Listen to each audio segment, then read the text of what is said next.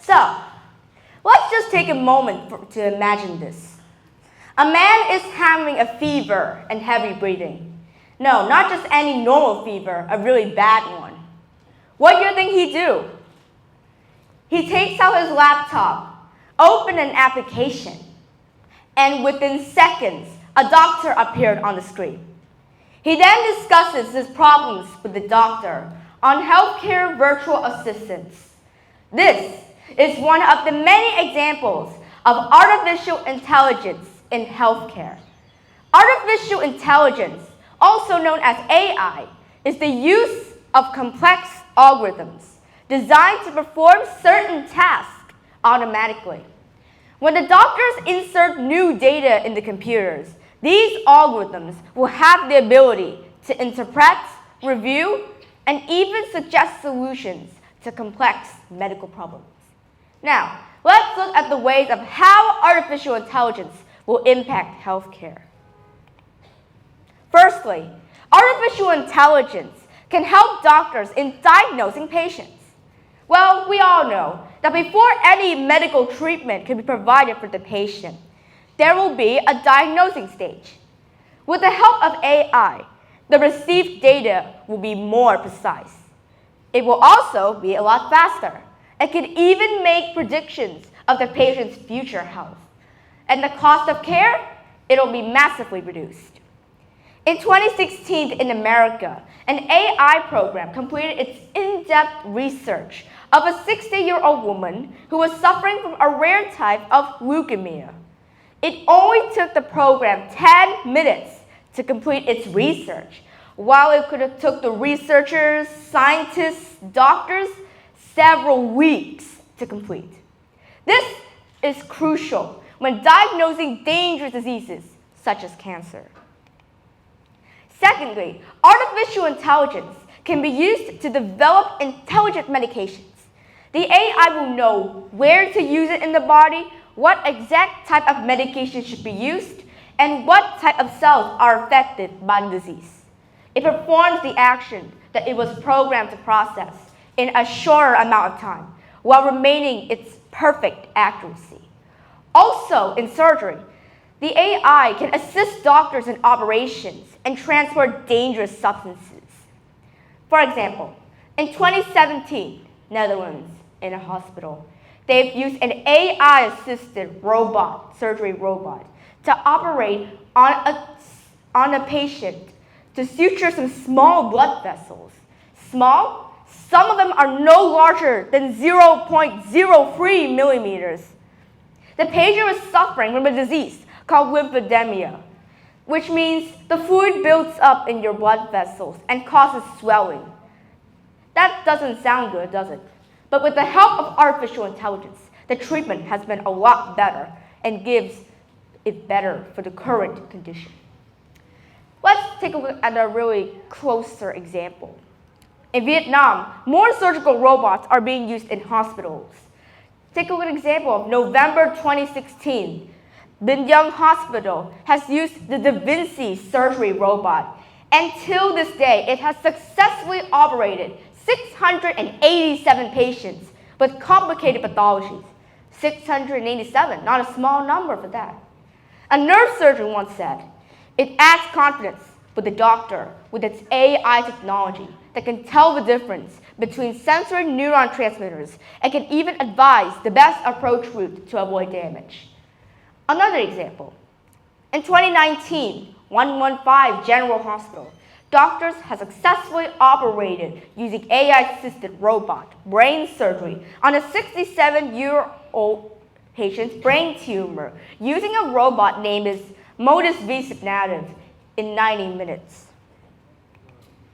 Let's take a look at the example that I used in the beginning of this presentation.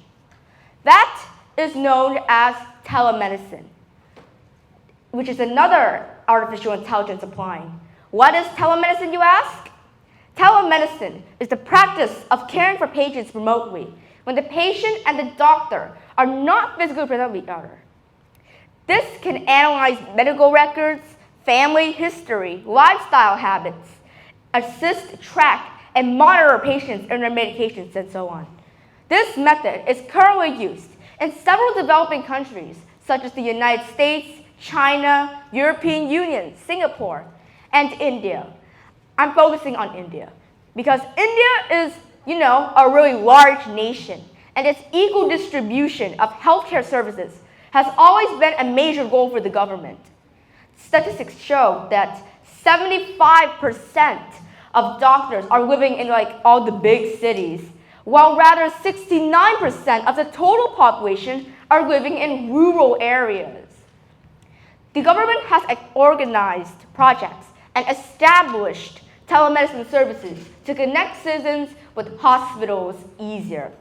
Currently, there are about 175 telemedicine units in rural and suburban India and 15 in tertiary care hospitals. Another example of AI in telemedicine.